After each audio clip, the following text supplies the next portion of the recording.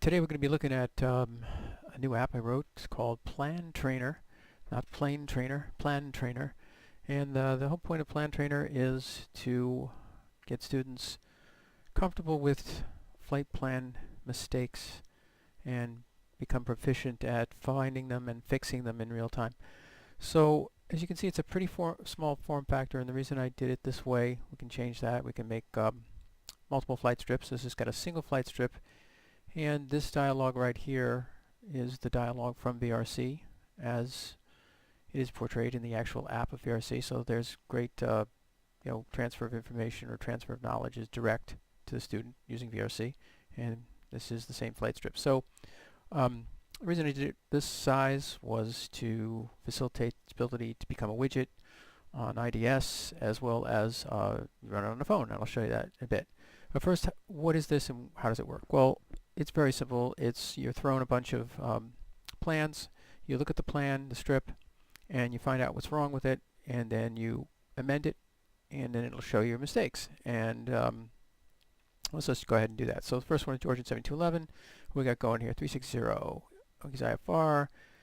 He's even. He's going to Pearson. Da da da. It looks fine. Okay. So he's just missing a type here. So I'll put this type. Say amend plan. Okay. So an amend plan.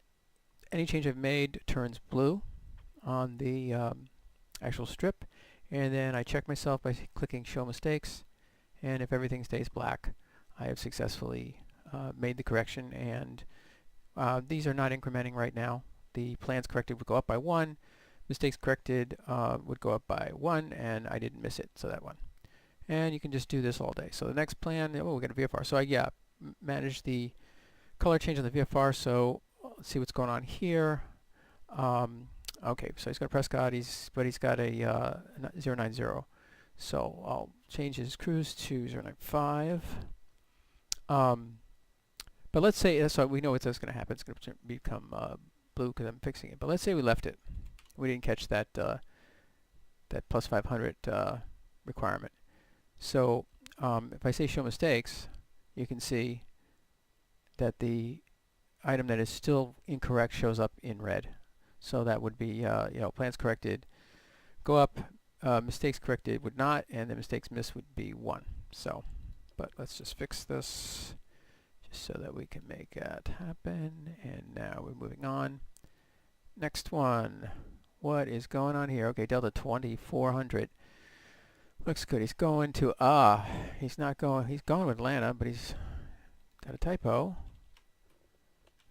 L, and that should be it. Now it's it. And then last one here, Delta 449. It's a 320 JNS, BSM, IFR 260 to the left. Good. Haskell 2 had a transition. It doesn't look like there's any mistakes on this one. See what's going on. Oh, typo. So I missed that one. I actually faked missing that one. Haskell 2, amend it, check it, and good to go. So basically that's the idea. It's just you fetch the plans. I have not written the web service yet to actually pull the data. This is just proof of concept at this point, but we'll be able to pull the data in a variety of different ways. What we can do is we can take the air files, all the air files we have, and I can take them in and build a database of all of those, or if we want to get a little more fancy, we can auto-generate them, which is a little, significantly more work, but maybe we'll start out with the air files and then see how it goes. But I do have to add the ability for preferred routes. I don't have code yet for preferred routes.